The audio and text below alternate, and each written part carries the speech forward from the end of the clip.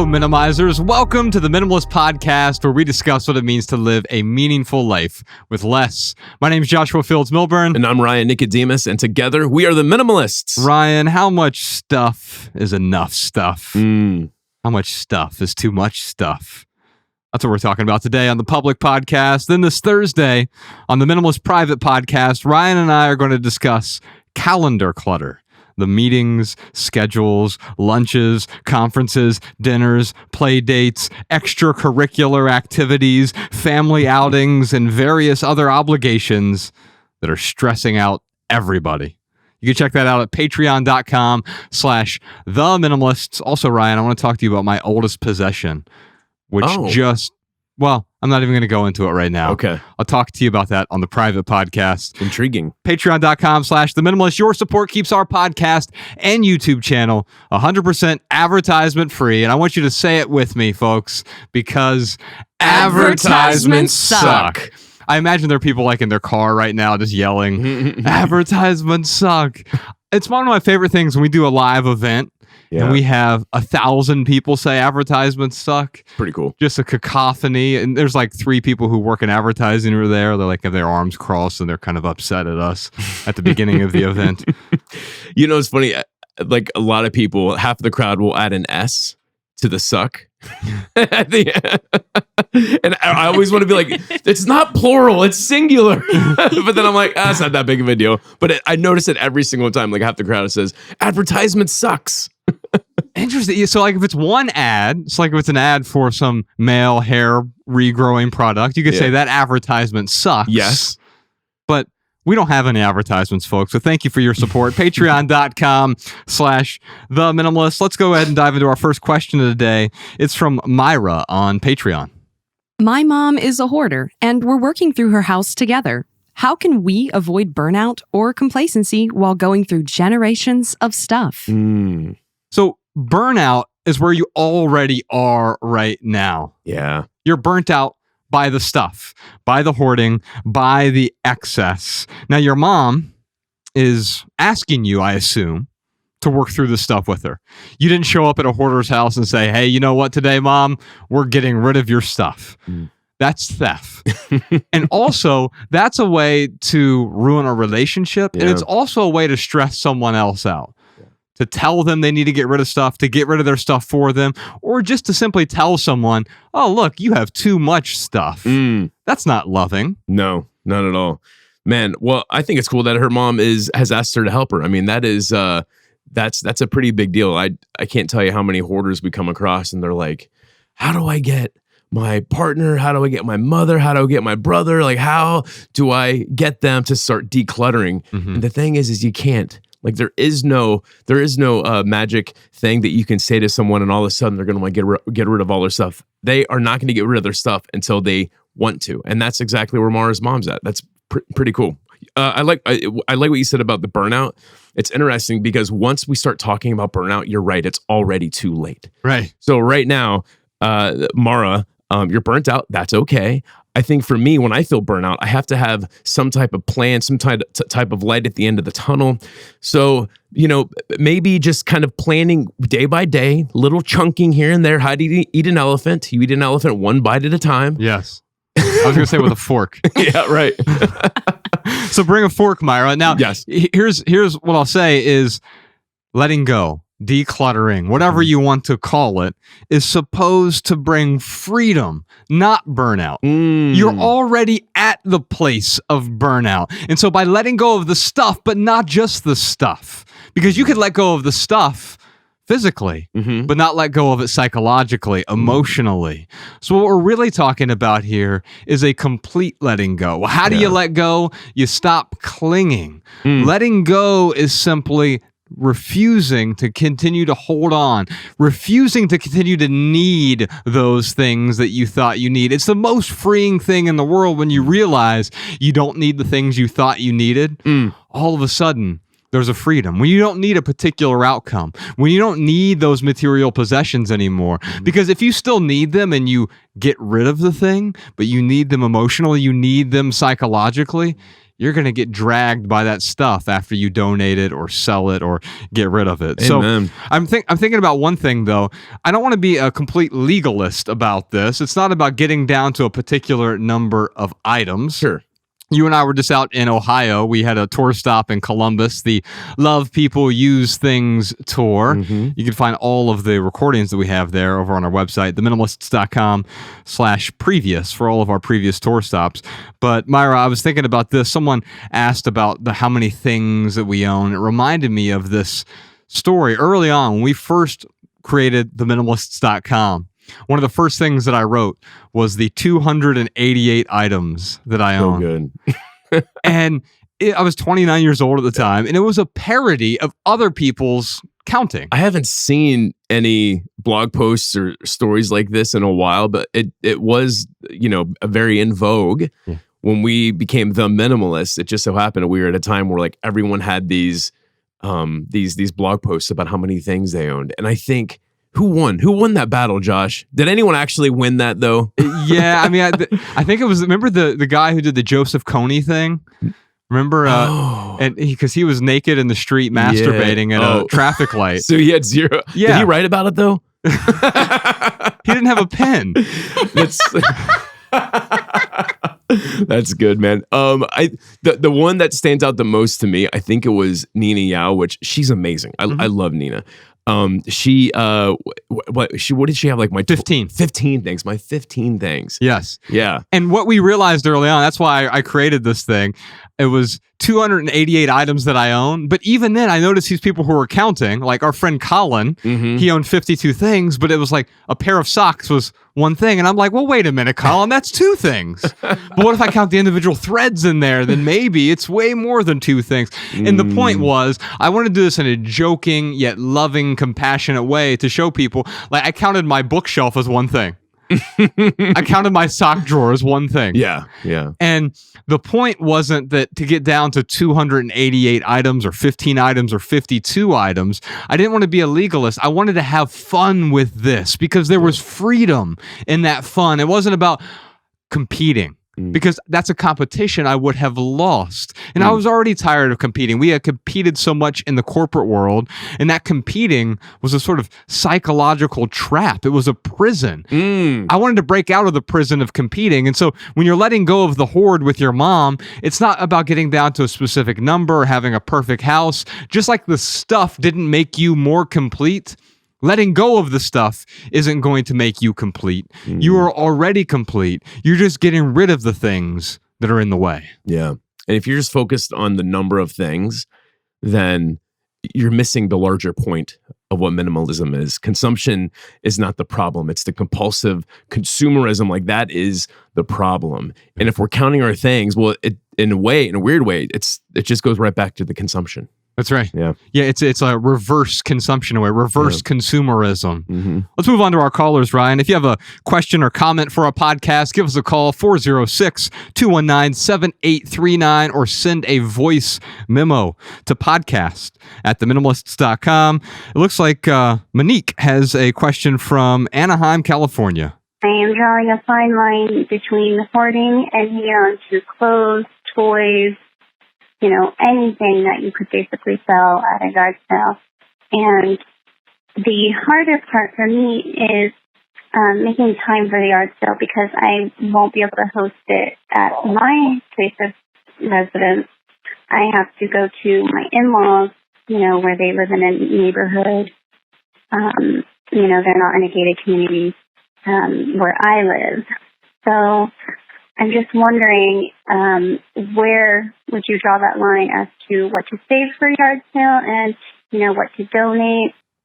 Yeah. Where's that line between what do you sell versus what do you donate? If you can sell it and recoup a little bit of the cost, I mean, absolutely sell it. I think, like for you now, we had that $20 mark.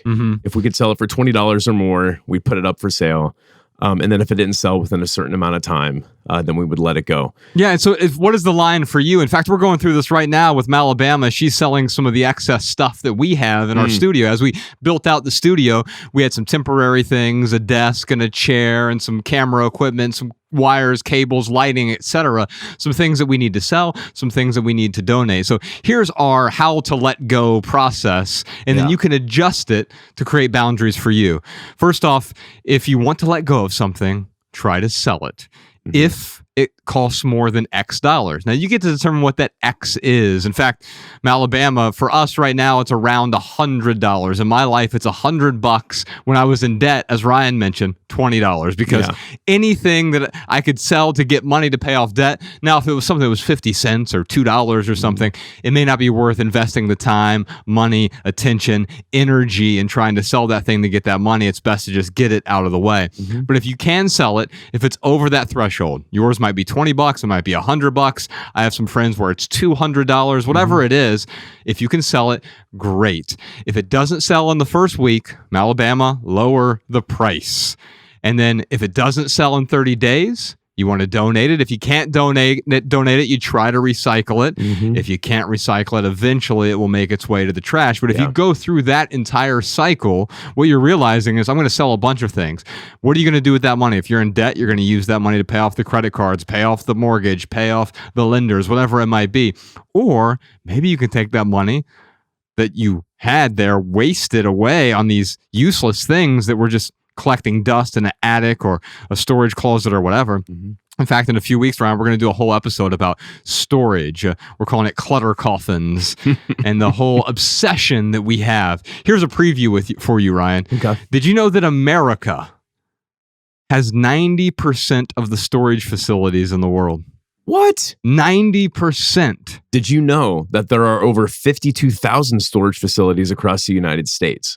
So that's 90% of them right there, 52,000. Yes. It's more than 6 times the number of Starbucks. Just math off the top of my head.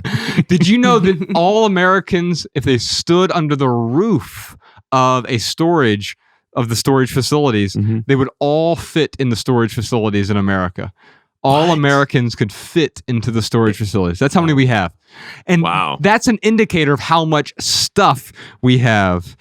So, Monique, if you have a lot of stuff and you're burdened by it and you want to sell it, you need to develop a threshold. If you're in debt, it's probably somewhere around $20. Sell it in 7 days. If it doesn't sell, lower the price. If it goes below $20, donate it. If you can't donate it, you can recycle it. If you can't recycle it, eventually, the last resort, absolute last resort, we can trash it. It's already trash anyway. It's just, is the trash heap in your home, or is the trash heap, well, is it in a landfill? In fact, next week, Ryan, we're talking with Claire Potter about environmentalism and sustainable living. And so we'll have a deeper conversation about recycling and other things like that. Monique, I'd love to give you a copy of our book, Essential. There's 12 areas of intentional living, and one of those areas has to do with our priorities. And so, unfortunately, we prioritize our stuff in our lives much more than the things that are truly important to us. In fact, we've prioritized a lot of things. If you have 24 priorities, it's literally nonsensical. The word priority did not have a plural until the 20th century. And so if you say I have 20 priorities, priority simply means the first thing. You can't have 20 the first things. You can have a first thing. And right now, your priority is getting rid of the excess in your home. And if you follow that simple recipe and then adjust the dollar amounts accordingly, in Alabama, if you do that here with the microphones we're selling or the extra lights or any other, we had a few bistro tables that we were using for a while, some old stools. If we follow that, then within 30 days, we'll have all of that out of our lives. And it's not that we're against having things or having even a storage facility with some things, right? The storage isn't the problem. It's our clinging to all that stuff. We have too much stuff because we have a desire for too much. We have a desire for more, thinking that, well, Ryan mentioned consumerism being the problem earlier. What is consumerism? Buying something is going to make me more complete or more happy. But we know the opposite is true. Often the objects of our desire become the objects of our discontent. And so if you want to let go of the discontent, it has much more to do with letting go of the excess stuff. You said that this is a very simple recipe we have presented to Monique here, and it is. but simple is not easy. Simple takes a lot of work. And I can hear it in Monique's voice, in her voicemail. She's a little overwhelmed. Yes. That's okay. Use that as leverage to get at this thing. But yeah, I think unfortunately we too often confuse simple with easy, and that is not the case. Yeah. Shout out to our Patreon supporters. If you want to join us during the live streams, we do a live stream most weeks over at patreon.com/theminimalist. We live stream this version of the podcast as well as the maximal version of the podcast. We also answer some questions that don't make it on to the podcast. Ryan, what time is it? You know what time it is, Josh. It's time for the lightning round where we answer your text messages. You can text your questions, your comments, your smart remarks, your emojis to 937-202-4654. Oh, by the way, Ryan, Monique, we're giving her a copy of our book, Essential, the 12 different areas of intentional living. One of those is priorities. We also have a chapter about stuff in there, a chapter about technology, and there are like 12 different areas of intentional living. It's an essay collection with 150 different essays. If you like our podcast, we think you'll enjoy the audiobook version of that. Now, during the lightning round, Ryan, this is where we do our best to answer questions with a short, shareable, less than 140 character response. We put the text to these minimal maxims in the show notes so you can copy and share our pithy answers on social media if you like. And now you can find all of our minimal maxims in one place, minimalmaxims.com. Big thanks to our good friend Jessica Lynn Williams over there for helping out with that. Social Jess. Allison has a question for us. How do we accept household family members who consume so much stuff it makes us uncomfortable? So to accept someone, maybe another word here is I'm having trouble liking them. Yeah. Right? And so, because accepting them or loving them doesn't require that we are on the same page with them, that we have the same beliefs, that we have the same stuff or the same needs or the same desires. You can love someone and be in a completely different space than them. Yeah. But maybe the question here for Allison is, how do I like them? How do I tolerate or appreciate them in a way? Here's my pithy answer for you. Maybe we can unpack this, Ryan. The stuff doesn't make us miserable. Clinging to stuff does. I'm a minimalist, but I can go to we actually have a picture of me and you, Ryan. We were with Jordan No More and Podcast Sean. We were over in Playa Vista, and there was this horde of stuff. We took a picture in front of it. They used it on Netflix for our last documentary, Less Is Now. And there's a picture of me and you in front of all of this stuff. Just heaps and heaps of useless things, useless to us, useful to someone else. Yeah. And in that picture, you and I are smiling. Well, why is that? Because we're not clinging to any of that stuff. That stuff can't make me miserable unless I allow it to make me miserable. Now, that's not to say that if you are living with someone who is a hoarder, that they can inflict their preferences on you and create a space that is a little more chaotic than your preference. But right now, what you're talking about is accepting them wherever they are in life. Because maybe it took you a while to become a minimalist. Maybe it took me and Ryan 30 years to become minimalists. And so when we started letting go, it wasn't just about letting go of the stuff. It was about not clinging to it anymore, realizing that, oh, I am complete right here, right now. Anyone else's stuff, it's not really my concern. It's not my problem. Man, my pithy answer is this. Judgment is but a mirror reflecting the insecurities of the person who's doing the judging. So right here, Allison is projecting a little judgment that she's feeling. And that's okay. I do the same exact thing. I will look at someone. I got a couple examples in my head, but I don't think I want to talk public about them. Maybe I'll bring them up in the Maximal podcast. But I can think of a specific time. Recently, I was judging this person for a certain thing, and I caught it. And I'm like, what am I doing? Like, why am I feeling this judgment? And especially, like, why am I projecting this judgment? And what I was able to do is I was able to actually hold a mirror up to myself and say, what does this judgment actually have to say about me as a person? Yeah. And I was able to get a little bit deeper And instead of, judging, I actually was able to, root for that person. I was able to find compassion. That's what it is. I was able to find compassion towards that person. Yes. So really, Allison, the question is how can you find compassion towards your friends, family, whoever it is that is consuming too much? And she does say consuming too much. So I don't know exactly what they're consuming. Maybe they're eating too many hot dogs. I don't know, man. Maybe they're like, I can't believe they're eating that many hot dogs. Whatever it is, it's a judgment that really is saying something about you as a person, Allison. And if you can get to the deeper cause of why you're feeling this judgment, then you might be able to find some compassion. And compassion leads to love. Well, it's a really great point, Ryan, because when you say they're consuming too much, what you're really saying, because of that mirror, they're consuming too much for you. If I were in his or her shoes, that would be too much for me. Yeah. Now, granted, you're in a shared living space, and there may come a time in that shared living space where you have to have an exit plan where it doesn't make sense. If their things or their activities, their behaviors are getting in the way of you living a meaningful life or even a peaceful life consistently, I mean, that's the nature of relationships. Any relationship is going to cause some bit of chaos in your life, even the most peaceful. Yeah. If you're a monk at a monastery, another monk is going to do something that's going to drive you crazy at some point. So that's not what we're talking about. But if someone is constantly encroaching on your boundaries, you've created your own space, maybe it's your own room, you have your own sort of sanctuary, and then wherever you go, you can still be a minimalist, even amid the chaos. You can be calm in the middle of Times Square, and you can be a minimalist in the middle of a horde. Ryan, we got a bunch more to talk about, but first, real quick, for right here, right now, here is one thing or four things going on in the life of the minimalists. Unfortunately, we had to reschedule a few of our tour stops. The Love People Use Things tour is supposed to be over right now, but we had to move. Well, we had a bunch of weather in Ohio, ice storm. Oh my goodness. We were trapped. Yeah. I got sick. Yes. Oh my goodness. Mariah got sick. It was funny. There was this 2-week period. It started with our flight getting delayed. And we're like, okay, no worries. And then it got canceled. We're like, okay, maybe we could still somehow finagle it and still make it to Chicago.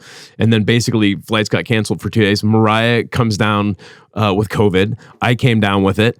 We were trapped in Ohio for a week. It was just funny because just one thing after the other. Yeah. And instead of it keeping me down or making me think woe is me, I was just kind of you know what? This is what life does sometimes. It just starts swinging at you and you got to roll with the punches, man. Yeah. So this is rolling with the punches. We're rescheduling. We're going to have some awesome events in these 4 cities. Looking forward to it. Have we decided to add anything to Canada? We're trying to. So we have 4 cities right now. We have 4 more tour stops on the Love People Use Things tour. It's Chicago, it's Minneapolis, and that's it for the United States. And then we have Toronto and Vancouver. There's a small chance we'll add Montreal and Calgary. Cool. Stay tuned for that. theminimalists.com/tour for all of those dates. We'll tell you this, because we had to move, everyone's tickets transferred over. So some of those are really close to selling out. So get your tickets now while you can if you want to attend one of those events. We're not adding additional events in any of those cities. So whatever is left is what is left at this point. If we do add Montreal and Calgary, maybe in the future, then stay tuned. You can also put your email address on our website if you want to be notified of any future tour stops. Of course, we won't send you spam or advertisements or junk, but you already know that. Alabama, you got anything else for us right now? Here are some voicemail comments and insights from our listeners. G'day guys, this is Tristan from Erlangen, Germany. I wanted to share an efficient way to follow the news without having to compulsively check all the time or relying on some social media algorithm. So what I do is I use RSS feeds for all the content I'm interested in. Most websites that have some sort of news feed allow you to copy an RSS link into an RSS reader app. When you subscribe to an RSS feed, all new articles from the website will show up in your RSS reader. When you open an article in the reader, it gets marked as read. You can filter out read articles, so once you've read something, it will no longer take up any space. Some websites have a dedicated button from which you can copy the RSS link into a reader. However, with a lot of websites that don't explicitly advertise their RSS feed, you can just copy the URL from your address bar.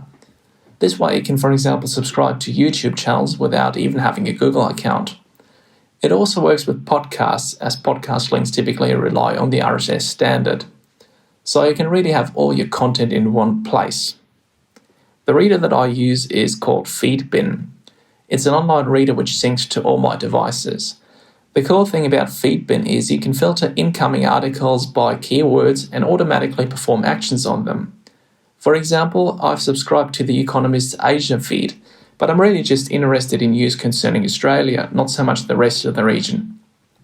So I have Feedbin mark any articles in the Asia feed as read that don't contain the word Australia. These automations can actually be much more complex, allowing you to save a heap of time. Feedbin is $5 a month or $50 a year.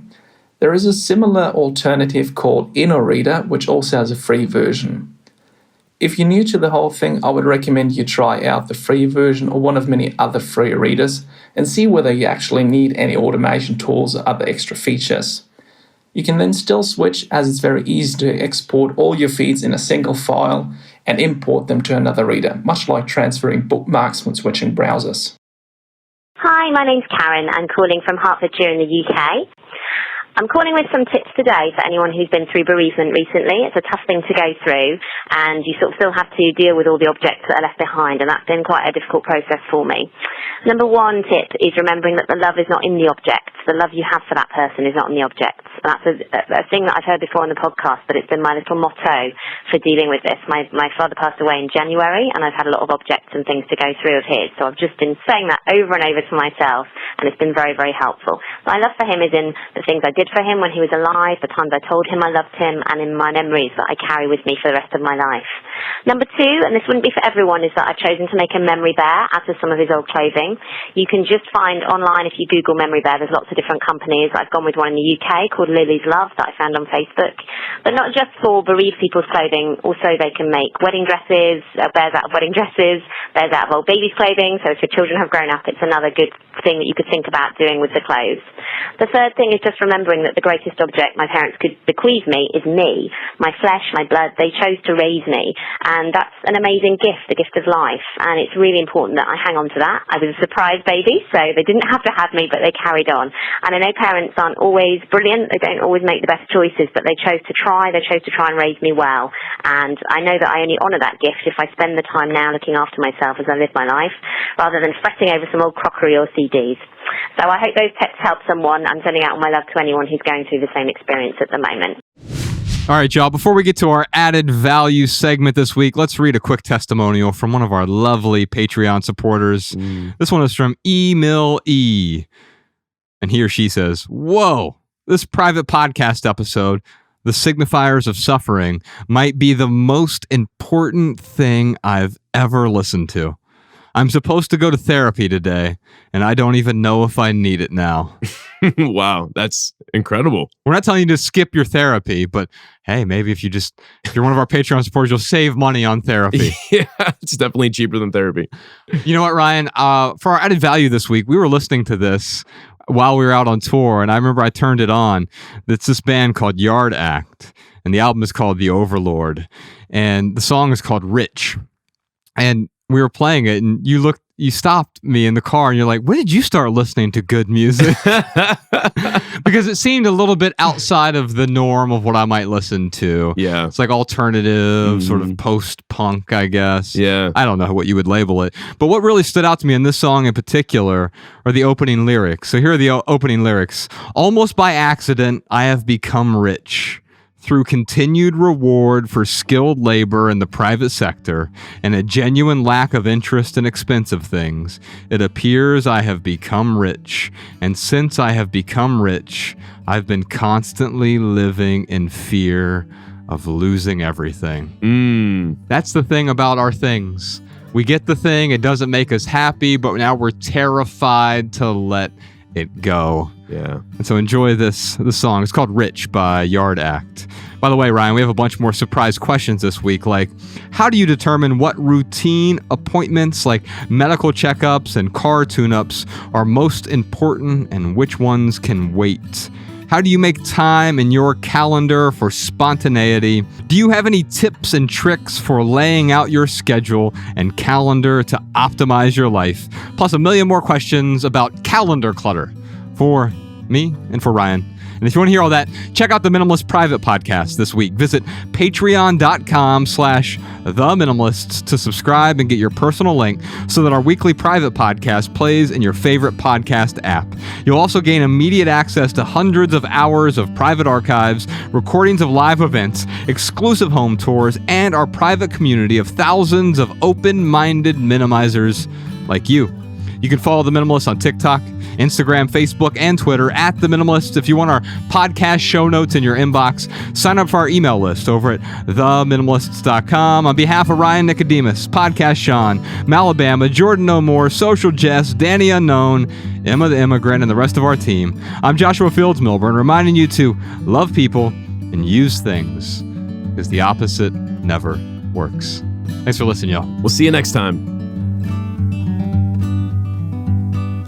Every little thing you think that you need, every little thing you think that you need, every little thing that's just feeding your greed. Oh, I bet that you'd be fine without it.